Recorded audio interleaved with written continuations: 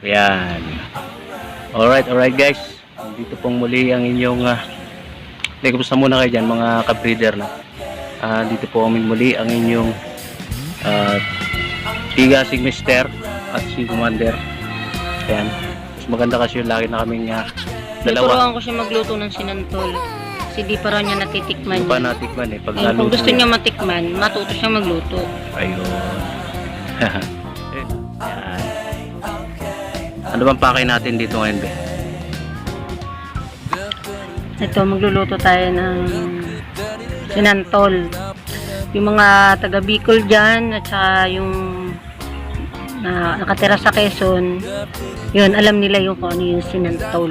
Yun yung santol na binuro. Siyempre, santol yun eh. Santol yun, santol talaga. Puro kaya kasi. Kaya, sabi ko. Naluto tayo niyan dito. Kaya, prepare na tayo. Papakita po namin sa inyo kung ano yung mga kailangan, gawin para makapagluto ng sinantol. Kasi nga santol. Okay, ito po yung mga gagamitin nating sangkap sa sinantol. Dapat po meron kayong sibuyas, bawang, luya. Ayan, yung nakikita po ninyo. Na ano na po kasi siya eh. Nahiwa na, hindi na namin naipakita. Tapos po, meron kayo siling green. Kaya mga 3 pirasong siling green lang to. Tapos po bawang. Kukudkurin ko po yung bawang na yan. Kailangan mga pino din po yan siya. Ayan po. Ito po yung santol na kinayod na. Kinayod ba? Pinod ko. Ayan po siya. Naburo na po yan. Ayan. Hinuhugasan po. Kailangan po kasi hugasan yan. Kailangan mawala po yung asim tsaka yung alat kasi buroy, di ba? Maalat yun. So kailangan nyo pong huhugasan yan. Kailangan salain yan dahil pag di mo sinalayan, wala kang pakikinabangan. Yung kanina na kailangan luminaw na yung tubig. Hindi pa malinaw. Hanggang kailangan malinaw yan. Kapag luminaw na, ganyan. Malinaw na. Ibig sabihin wala na yung alat tsaka yung asin.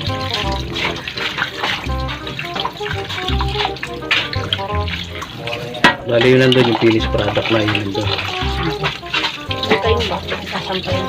Hugasan pa ulit. Isa pa. Sa mga ilang hugas. Depende.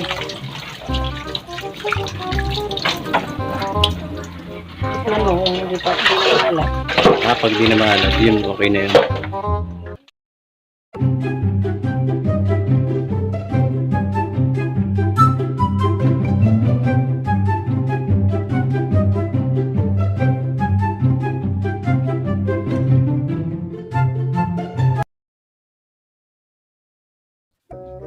Tapos po, kailangan natin ng nyug para sa sinantol. Kakayo rin po natin yan. Yan, yung pangkayod, naka-ready na.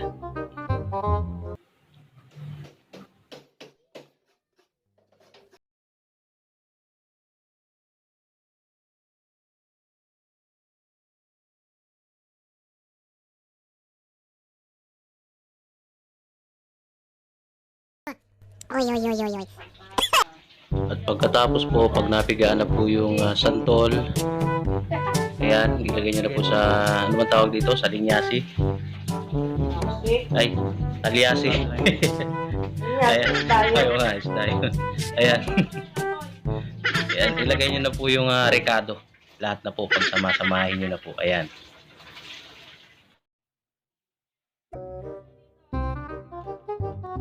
Sunod, ipigay na ni Commander yung kinayod na niyog. Siyempre, yung gata dyan kailangan.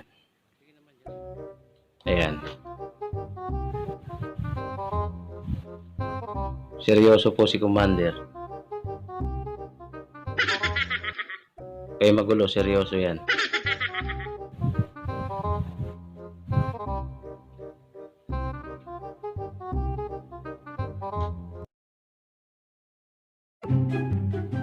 At ito na po yung unang piga ng gata. Ibukod po ninyo yan. Tapos ulitin nyo para yan po yung gagamitin natin pangsabaw sa pagpapakulo ng santol.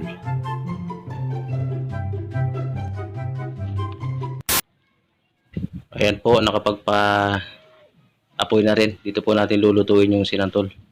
Malakas po ang apoy na yan dahil marami pong kahoy dito. Ayan, sinalang na po namin. Tapos ibinuhos na rin yung anong tawag doon? Yung pangalawang pigaan ng niyog, di ba?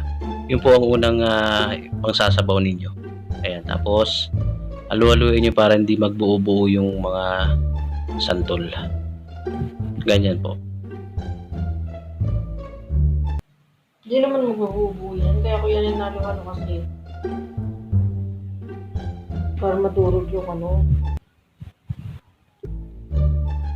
Para madurog Para yung maghiwa-hiwalay yung ano. para maghiwa-hiwalay. Kasi hindi nadurog na yun. Ayun.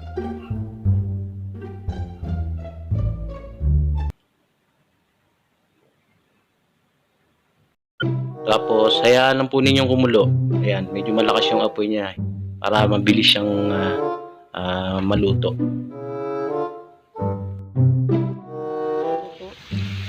Ayan, tapos nagdagdag po kami ng sabaw dahil medyo alanganin yung unang nilagay namin na sabaw.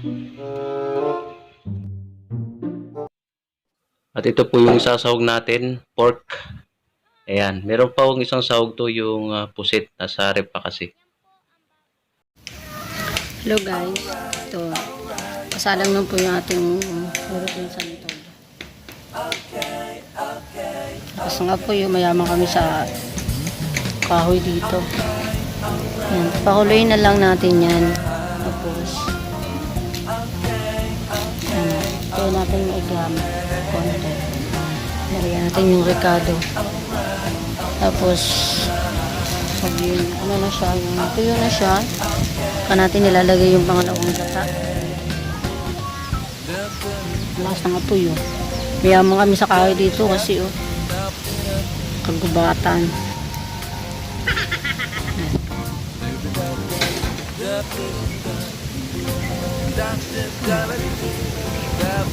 Nakulo. Santol yan, pero parang kalamay.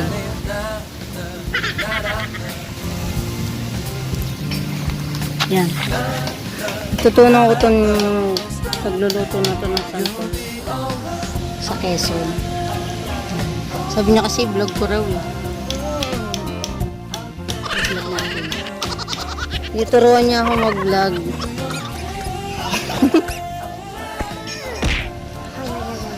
Nakita nila ako bumili. Masarap. Pero masarap na sahog yan sana yung maliliit na limango na kung tawagin sa Quezon yan kasag. Tapos pusit. Yung ipon. Ipon pala, hindi pusit. Ngayon, may mga high blood po kasi mga kasama ko dito. Ayan, siya high blood na siya, high blood tatay ko. High blood mga kasama ko dito. Kaya, kasi tsaka konting baboy lang yung sahog natin. Kasi yung pusit, hindi naman niya siya nakaka-high blood. Diba? Hinihintay lang natin yung ano natin na matuyo. Yan. Dahil nandito tayo sa kabundukan. Hindi kaya may na yung boses mo. Libre tayo sa ano. Yan. Maririnig na nila yan. Libre tayo sa kahoy kaya yan lumilipad yung kawali natin. Ay, talyasi pala yan, hindi yan kawali. Yan guys, hintayin muna nating kasi kailangan po medyo patutuyuin po yung tubig. Kaya po siyang kumulo ng kumulo. Ayan po yung sabi ni Commander sa pagluluto nito sinantol na to. Hindi ko pa kasi alam to eh. Siyang ito eh, plano. Siya rin po yung nag-guide kung paano gagawin dito yung step by step sa pagluluto. At siya nga pala, pansin niyo po yung ipin ko, nabasag po yan. Meron po akong gagawin vlog para po dyan kung bakit nabasag yan. Meron akong sugat dito sa paa, may mga sugat ako rito eh. Medyo ang pangyayari pong ito ay isasali ko na lang din dun sa Tigasing Mister. Siguro part 3 na yun. Pero hindi po siya konsepto, kundi totoong pangyayari po. Nagkaroon po kasi ng trouble sa sabi na natin napatrobol ako. Ayun po ang nangyari. So abangan nyo po yung video na yun. Then sa mamaya shoutout kami ng Commander sa mga masugid na tagapanood. Then ilagay na po yung sahog na baboy.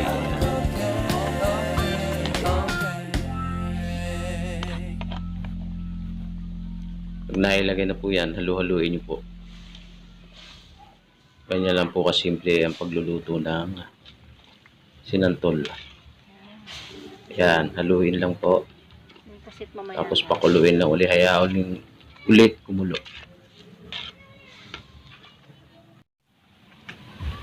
Ito po yung mga gagamitin natin panimpla. Meron tayo ditong paminta. Buo yan kanina, dinurog lang. Tapos ito, alam nyo na to. Alam nyo na yan eh. Yan, oh. Tapos ito po nasa loob nito. Ayan po yung ayan yung kwan. Ayan yung purong gata. Purong gata po yan. Buksan ko. Baka makatakas eh. Ito siya. Nakita nyo na. Ay purong gata po yan. Mamaya. Ayan, nangakay po si Commander kasi parang alanganin yung kawin namin doon. Ayan. Sapat na kaya yan, Commander? Marami nagkalat dyan. Marami nagkalat dyan, ano? Kulang, putulin natin. Ayun, putulin daw. Sabi ni Commander yung mga puno pag tulak. Grabe, ganun pala katagal magluto na sinantol, no? Ilalagay naman natin yung pusit. Ayun po yung pusit. Para po maluto na rin siya. Kalahati, hindi, mga halagang 200 na pusit po yan. Hindi namin. Kasi 3 to 80 ang kilo ng pusit. 320 ang kilo ng pusit ngayon, kaya sabi namin doon. Halagang 200 lang. Kung ayaw nyo, diwag. Sabi ko naman. Bigyan kami. Tama ba, Commander?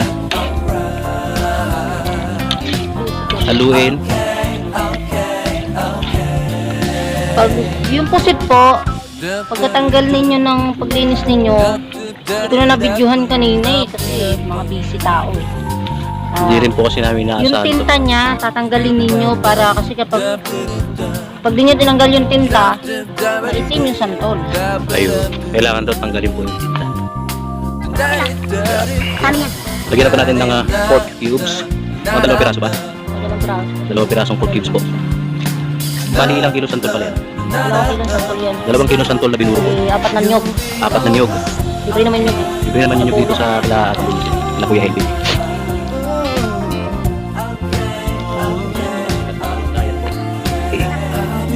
Mamaya. Salam. Lagyan po natin. Paminta. Tapos, kamintang buo na dinuro.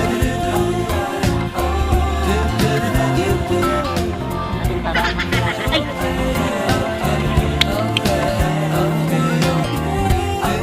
Tapos, lalagay na po ang purong gata. Ito na po yung pinakahuli. Medyo matilim na po dito ngayon. Yan, ilagay. Ganyan po kasi katagal magluto ng sinantol. 3 oras na yata nakalipas eh. Sabi no? Siyempre, pag prepare mo pa niyan, pag pipigain mo pa yung santol hanggang basta luminaw yung ano, para mawala yung alat tsaka yung asim. Yan. Haluin, haluin. Konting tiis na lang. Malapit Yan na kang yung maluto. ano sa kanya. Ipapalapot. Yan. Sa matuyo na yan. Sa Patutuyuin siya. Hanggang sa maglangis-langis siya. Hanggang sa maglangis-langis po. Ayun, pag naglangis-langis na daw, luto na po yun. Ang bango. Tignan mo na, be. Sarap ito yung sabaw niya hindi na puti. Mantika na. Ay, yung halos parang nagmamantika na. Pero yung lasa okay na. Titikman po ni Commander para malaman natin kung anong lasa na itong sinantols. Madilim na, oh. Ganyan katagal magluto. Musta lasa? Okay na daw. Oh, so yun. Hintay na lang po natin siya medyo mag-dry. Hindi naman dry na dry. Yung sakto lang. Napagod na si Commander. Di pa rin ho kami tapos. Di pa rin ho luto. Ayun, no. Madilim na rito. Tuyo na siya. Malapit na siyang matuyo. Konti na lang. Siguro mga 1 year na lang. Maluluto na po yung sinantols. 1 year, ayan o. Ayan. Tingnan niyo po. Oh. Ayan. Up. Ayan, oh. Malapit na. Malapit na. Mga 10 minutes na lang. Mga 10 minutes na lang daw luto na to. Okay na po yung lasa niya. Ayan na po ang finished product ng sinantol. At masarap po niyan. Pwede na po tayong kumain.